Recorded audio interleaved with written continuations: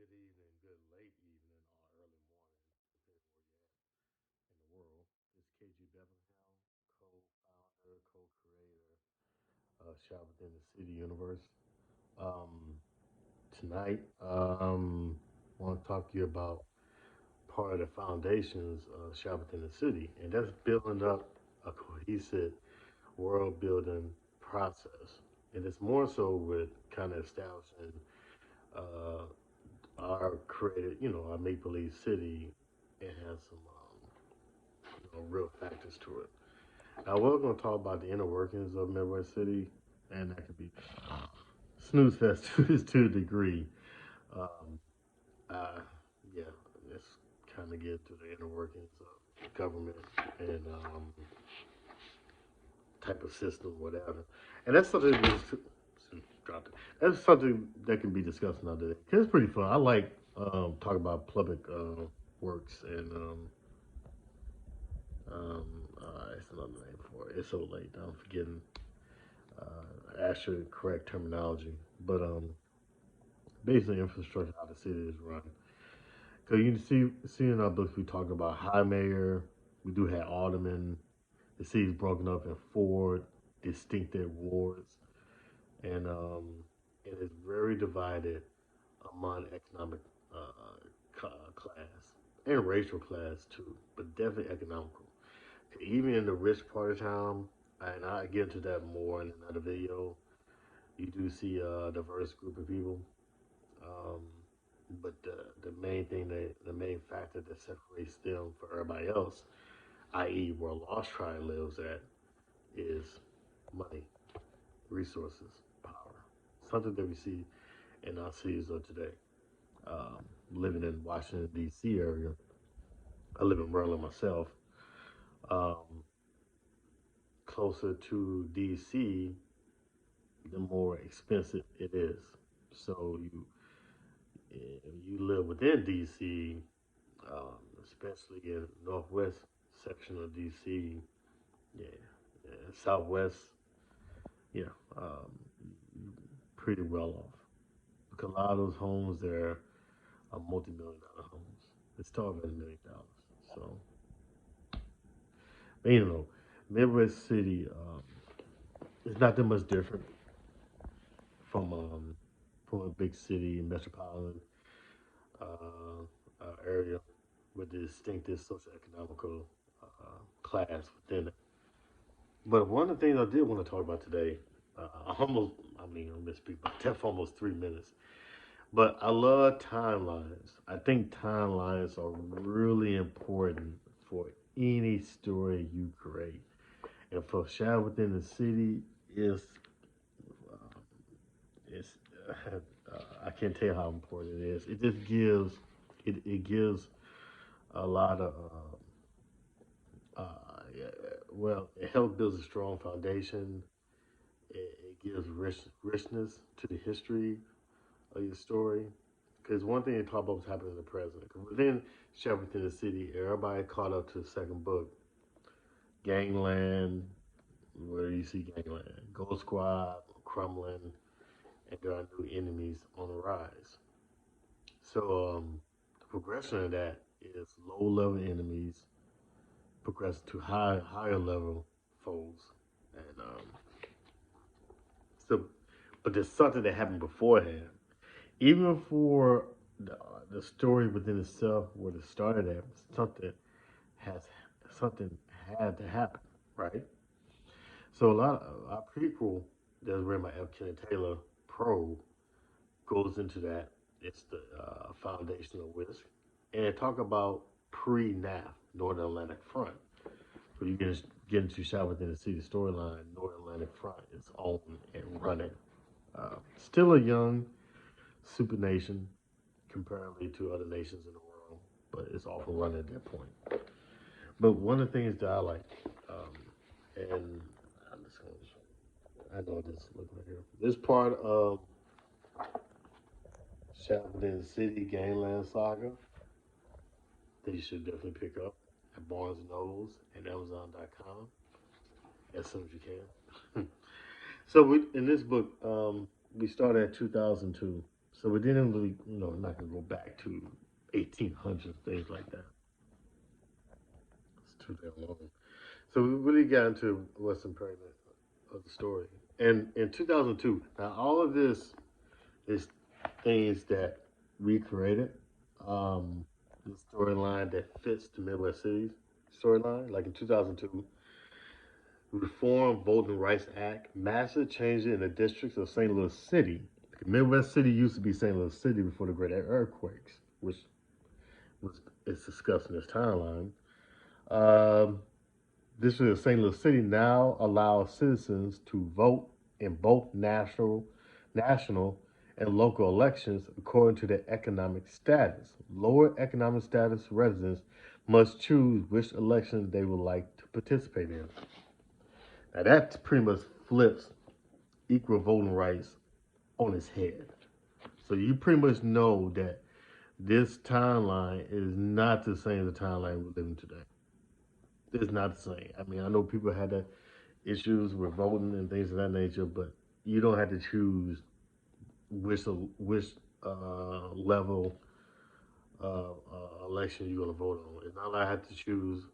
I'm either going to vote locally, or I'm going to be statewide, or it's going to be federal. I don't have to make that choice.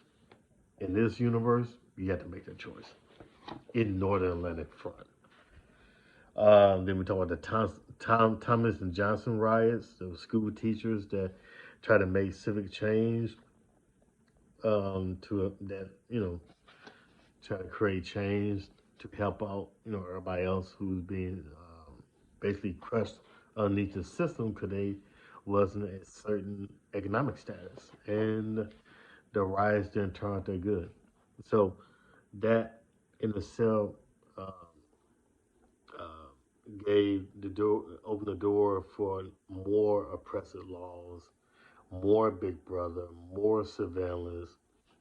And what I mean by oppressive laws, more laws that restrict freedom.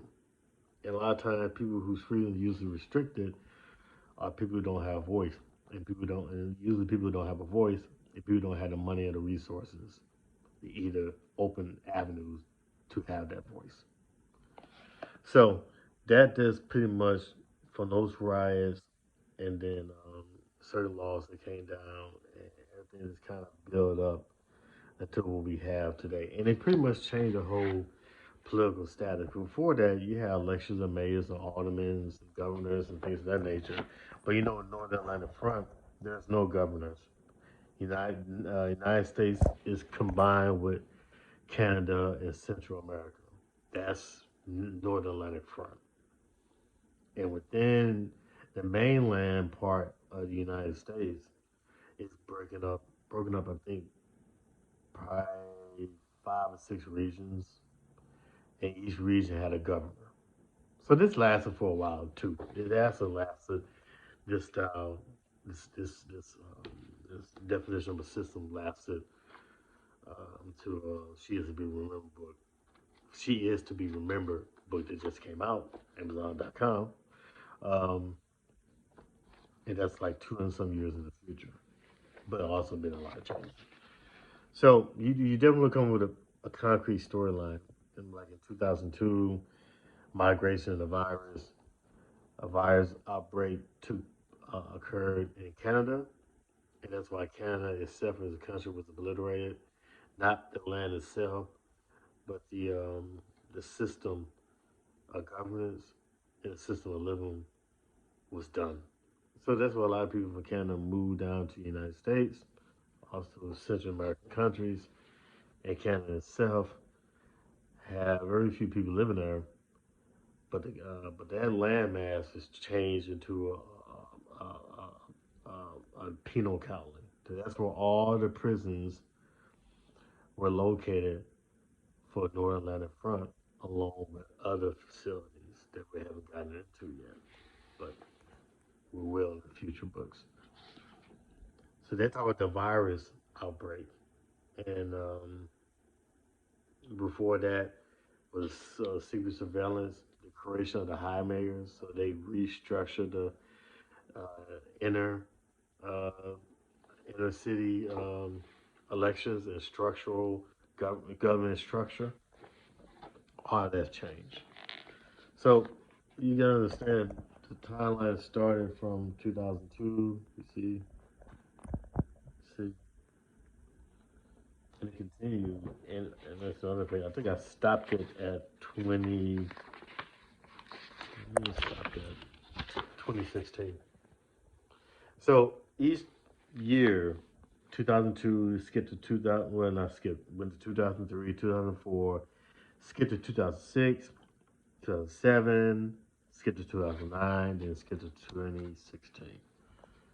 So a lot of things happened within that. It pretty much sped United States transformation to Northern Atlantic Front, and also the creation of SCAF, Security Council of the Atlantic Front, and WISC, Western Institute of Science and Knowledge.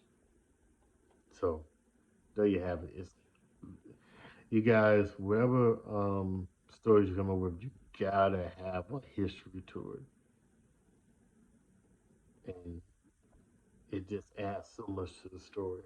It gives a foundation that that the average reader of dystopian, anti-utopian fiction can look at it like, man, it's similar to the United States, or maybe similar to another country, or whatever.